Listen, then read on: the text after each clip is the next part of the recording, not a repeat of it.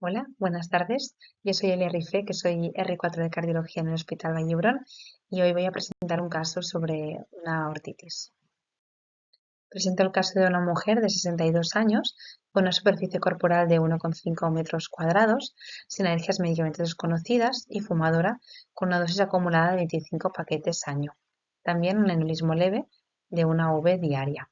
A nivel de antecedentes, era una paciente que no tenía factores de riesgo cardiovascular ni tenía antecedentes familiares de aortopatía, cardiopatía precoz o muerte súbita. Y a raíz de un estudio laboral, se documentó una dilatación aórtica en una radiografía de tórax en enero de 2023. Por ello, se había hecho un TAC en una clínica privada que documentaba una aorta ascendente de 44,5 milímetros y una dilatación difusa de la aorta torácica descendente que tenía un diámetro máximo a nivel del diafragma de 45 milímetros con trombosis mural concéntrica. También un arco aórtico bovino con una arteria subclavia derecha aberrante o arteria lusoria y un nacimiento conjunto de ambas carótidas. Con todo ello, la paciente fue derivada a nuestra consulta y en el momento de la visita la paciente estaba bajo tratamiento con atenolol que la habían iniciado en la clínica privada a raíz de estos hallazgos, pero no lo estaba tomando y explicaba unos cuadros muy turbios de dolor torácico muy atípico que no parecían de origen cardiológico. Por lo demás estaba asintomático. La exploración física era completamente normal, estaba normotensa, tenía unos tonos cardíacos rítmicos sin soplos y no tenía semiología congestiva. Y a nivel de pruebas complementarias nos llevó a la consulta con electrocardiograma, que es el que vemos arriba a la derecha, en el que estaba en ritmo sinusal, con un PR limítrofe de 200 milisegundos, un QRS estrecho sin alteraciones de la repolarización y con una ecografía transtorácica arreglada en el que documentábamos un ventrículo izquierdo no dilatado ni hipertrófico, con una función conservada, aunque en el límite inferior de la normalidad, un TAPSE de 20 milímetros y una válvula aórtica trivalva y con una insuficiencia únicamente ligera, sin otras valvulopatías. Estas son las imágenes de la ecografía que habíamos hecho previa a la visita. Arriba a la izquierda vemos esta función biventricular conservada. Arriba a la derecha se objetiva, ¿no?, la raíz aórtica no dilatada, que en este caso era de 28 milímetros, con un borramiento de la unión sinotubular y con una aorta ascendente claramente dilatada, en este caso de 46 milímetros por esta técnica, que indexado por su superficie corporal era de 30,5 milímetros. También abajo a la izquierda vemos que no hay una valvulopatía aórtica significativa y abajo a la derecha vemos este arco aórtico que a nivel medio era de 29 milímetros y la aorta torácica descendente proximal por esta técnica era de 33 milímetros. Sí que en la aorta torácica descendente ya más distal a nivel del diafragma y en la aorta abdominal se visualizaba esta dilatación de 37 milímetros de diámetro con un trombo mural, que en este caso medía 7 milímetros de ancho. En ese momento se estableció este plan, que era iniciar atenolol para un control tensional, intentando ser un poquito más óptimos en el control de la tensión, iniciar un NACO y estatinas por la trombosis moral, una analítica completa con perfil autoinmunitario, un estudio genético, un ecodoppler de arterias temporales, una ecografía transesofágica, un PET-TAC y una monitorización ambulatoria de la presión arterial.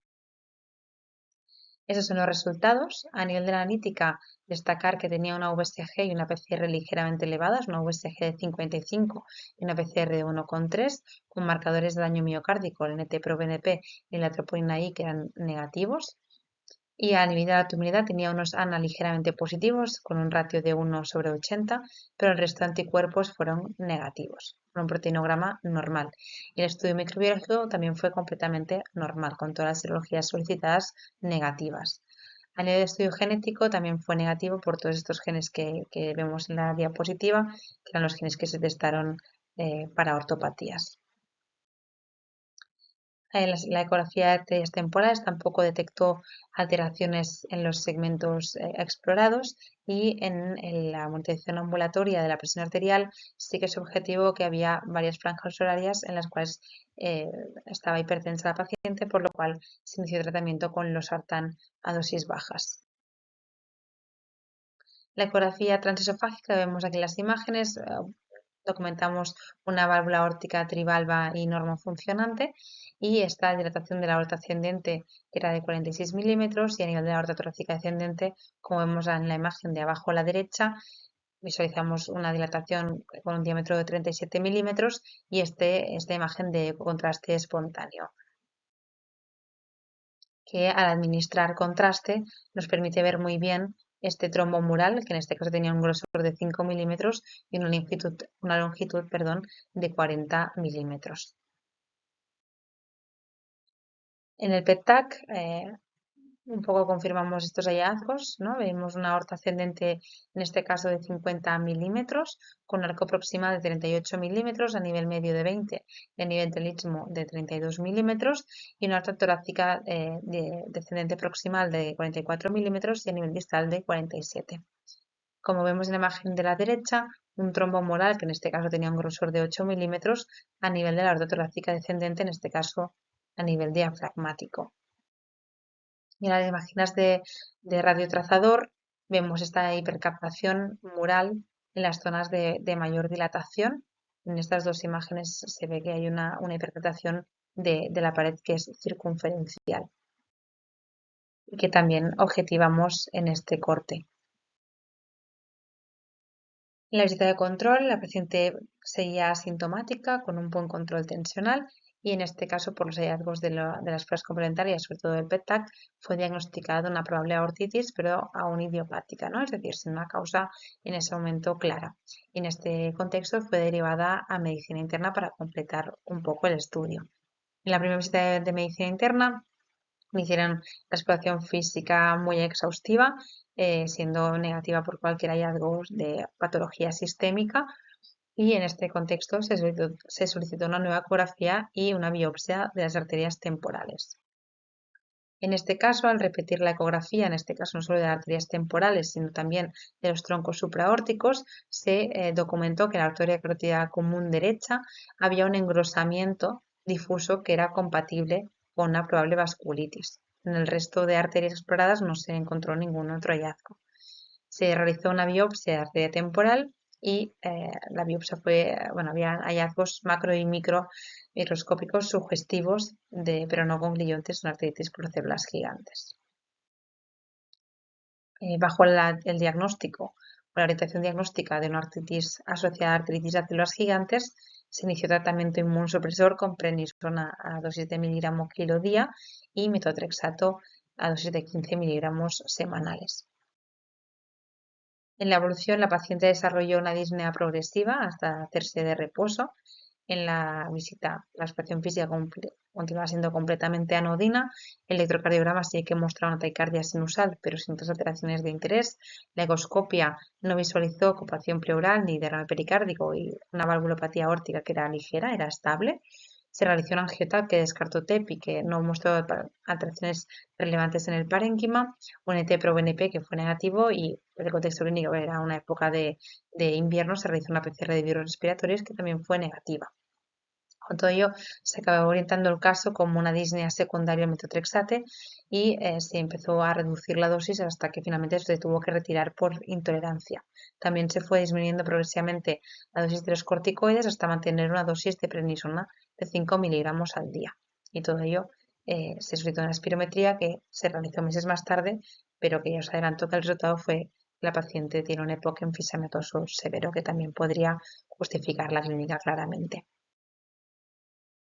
Se realizó un TAC de control, como vemos el primer TAC era de julio del 24 y se realizó un TAC de control en enero del 2025 en el que hay una clara progresión no solo de la dilatación aórtica sino también de la trombosis mural, como vemos en los diámetros de la izquierda, de la imagen de la izquierda, perdonad, en el julio del 2024 teníamos unos diámetros de 50 por 49 milímetros, mientras que en enero ya teníamos un diámetro de 56 por 50 milímetros y había aumentado el grosor de la trombosis mural. Esto era a nivel de la aorta torácica descendente y en la imagen de la derecha que vemos a nivel de la aorta torácica ascendente también había una dilatación clara con un diámetro en ese momento de 52 milímetros. Con todo ello se decidió iniciar torcilizumab a una dosis de 162 miligramos semanales. Vemos aquí la reconstrucción 3D en estas imágenes muy bonitas, en las cuales en la imagen más de la derecha hay la aorta en toda su extensión y vemos esta dilatación difusa de los múltiples segmentos. En la imagen un poquito más ampliada de la izquierda vemos esta dilatación en la aorta ascendente y la dilatación difusa también de la aorta descendente. Y en esta guía muy ampliada lo que vemos, ¿no?, es estas alteraciones también en los troncos supraórticos con un nacimiento común de las arterias carótidas. Y aquí vemos la subclavia izquierda y justo por detrás la subclavia derecha. Este nacimiento ya habíamos escrito aberrante de la subclavia derecha o arteria ilusoria, y también, ¿no?, mencionar estas irregularidades de la pared de las arterias subclavias que son muy características de la afectación inflamatoria de una aortitis. Con todo ello, la paciente se presentó en un comité multidisciplinar con cardiología, cirugía cardíaca, vascular, etcétera, y se decidió, bueno, por los diámetros que tenía la paciente, que en este caso tenía una aorta ascendente de 52 milímetros, que el indexado de 34,7 milímetros por metro cuadrado y que era un Z-score de 5,9.